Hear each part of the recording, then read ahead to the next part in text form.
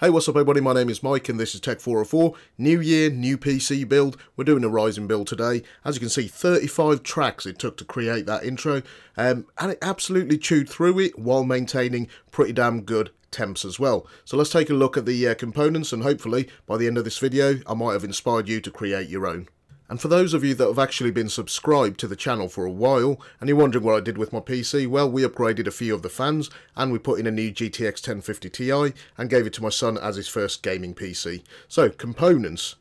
Now let me start off by saying that this build could have been a lot cheaper had I not invested in components that you really didn't need. Now modded cables, I really didn't need it, but because it was my personal rig, I wanted one. NVMe drive, I didn't need it. I could have just done with a standard SSD and spent the money on a better CPU or a GPU. So for the CPU, we've gone for the Ryzen 5 1600. Now you can go for the 1600X, but the Ryzen 5 1600 standard one will overclock pretty well as well. So honestly, I don't really need the features on an X370 motherboard, so I've gone for a B350, the Asus ROG Strix F gaming motherboard, which is rock solid. It's got a ton of good reviews and it's got good RAM compatibility as well. Staying on the topic, my memory came from Corsair, and specifically their Vengeance RGB series, clocked at 2666 with a little headroom for overclocking. I did go check out the QVL list found on Asus's website, and it is on the compatible list as well. It's not really a necessity anymore, but it's worth checking out. And going into the M.2 slot on the motherboard is the XPG S10. Now this comes from ADATA and this is their 3D NAD. Now this is going to be acting primarily as my boot drive. Firing up my rig is a G550M from Cooler Master. Now this semi-modular power supply, good for cable managing, 550 watts and 80 plus bronze rated. Cooling the Ryzen 5 1600 is the Deepcool Captain 120 in white to tie in with my black and white build. It's got that cool glass strip and it has AM4 support straight out of the box. Now I primarily don't actually use too many applications, so I've only gone for a 240GB SSD from treVolo because most of my work is done off an external hard drive. And to display all of this new hardware, I've gone for the mid-tower case from NZXT, the S340. I wish I paid the extra £30 odd and gone for the S340 Elite with the tempered glass panel.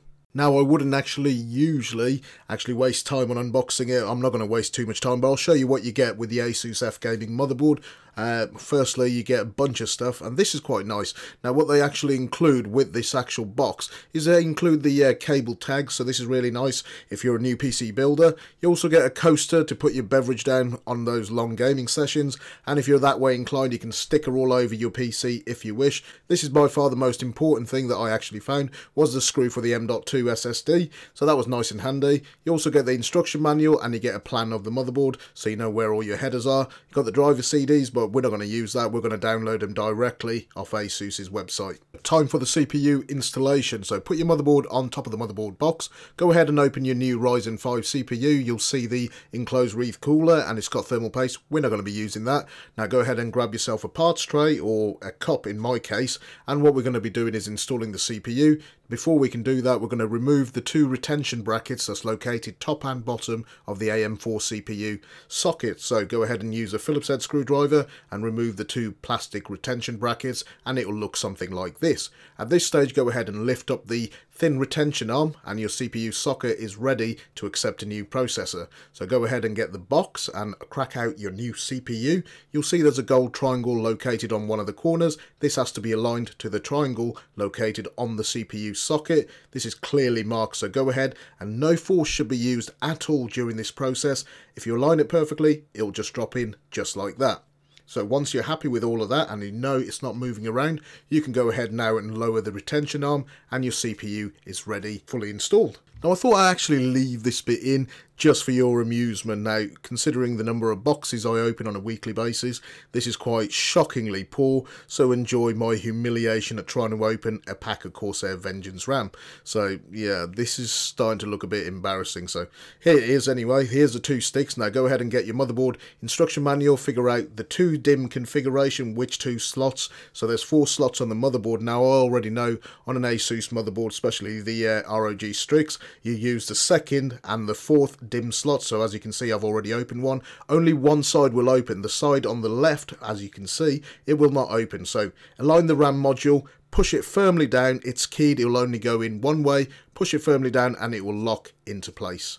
There you go. So repeat this again, and then once you've done that, your RAM is actually installed, ready to move on. So now that the CPU, motherboard and the RAM are all nicely put together and to one side, go ahead and unpack your case. Now what you will find inside, there's a little box of fittings including screws for your power supply and various other screws. Take your I/O shield that's actually inside your motherboard box, if you haven't already got it out. I'm loving this matte black finish. Align it to the rear of the case and push it firmly in. This should align and it should sit flush, well pretty flush on the inside of the case. Once you've done that, get your motherboard out and try and align it in the case to see where the standoffs need to be. Now as you can see, the standoffs are those small little screws that your motherboard will actually affix to. Before we can actually do anything else, I'm going to remove the case fans. This makes it easier when you go ahead to install the motherboard. Plus we're not going to be using the case fans, we're going to be using some halo fans. Go ahead and remove the top fan while you're at it. So now we're ready to install the motherboard and secure it to the case. Install the motherboard, line it up with the rear I/O. Using the appropriate screws, fix the motherboard into the case, making sure that you're not over tightening the screws. You want it to be fixed but not crack your motherboard. So taking all the rear connectors, which are your USB 3 headers for your PC, your audio, any of those cables that you find along the back, your power, reset, feed them into the front of the case, and referring back to your motherboard manual, this will tell you exactly where each of those cables fit. Now if you're new to building a PC, take time on this part because you need to orientate each of the pins into the appropriate headers. So now we're going to install the power supply. Easily done by removing the retention bracket on the bottom of the case. Using the 4 thumb screw, turn them in an anti-clockwise direction to remove it, then slide in your power supply with the fan facing down, making sure that the power supply is aligned with the holes on the back of the case. Once you're happy that the actual positioning is correct, go ahead and grab your retention bracket, and then what you want to do is line it up with the 4 holes that you can see on the back of the power supply. This process is quite easy and it'll take you no longer than a couple of minutes. Tighten it with a Phillips head screwdriver and the job is done. Now go ahead and locate the 24 pin connector, and we're going to mod it a little bit because I don't want those visible cables ruining our build. So this is one of those unnecessary steps. You don't really have to do it. I ordered some from Shark Mods, and this clip will clip into the extension, and then you'll have a nice white cable which will be the visible part when you look inside your PC case. Repeat the same process for the 6-pin one for your GPU, and then we're going to route it to the front of the case. So now is also a good time to install your NVMe drive. Locate the M.2 socket on your motherboard, insert it. Again, it will only insert in one direction, and secure it to your motherboard using that screw that we found at the start of the video in your motherboard box. So now we can go ahead and install our GPU into the uppermost slot, which is a PCI Express 16X slot. This motherboard has 2, but install it into the one closest to the CPU. Using the thumb screws, return the retention brackets and secure the back plate as well. Now we can move on to some cable management.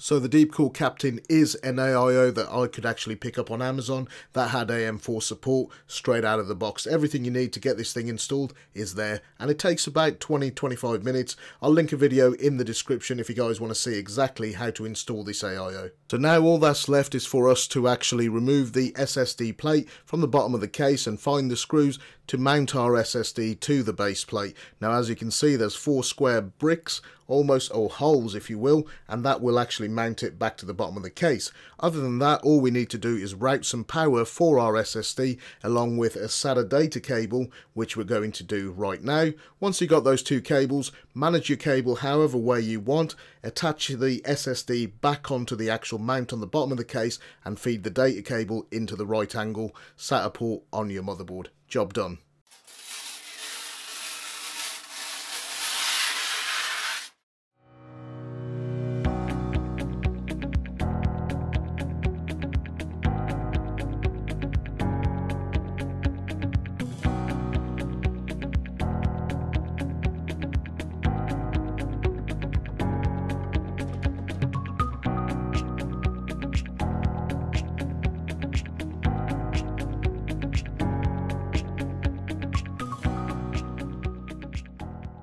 So that concludes part 1. Now in part 2 I'm going to show you exactly what I've installed. Now I want to make it clear that this system currently is running at stock speeds. The CPU and the RAM are not overclocked. Now I'm going to try and get the CPU up to about 3.8, 3.9. If I can get it up to a 4, then I will try, but again that is down to Silicon Lottery. I ran it on Cinebench and I scored a 90.18 FPS in the OpenGL and 1096 on the CPU test. Now with a little overclocking that can do a lot more. Now if you guys actually want to build this exact system, now I'm going to tweak mine with an upgrade soon to a GTX 1070. Now I will let you know in the second video how that actually affects gaming performance. This PC costs about £1,000 and this is my editing rig and gaming PC for 2018. So I hope you guys enjoyed the video. If you did, then feel free to leave me a like, and if you got any questions, leave them in the comment section. My name is Mike and this is Tech404. Maybe go ahead and subscribe, and I'll catch you on the next video.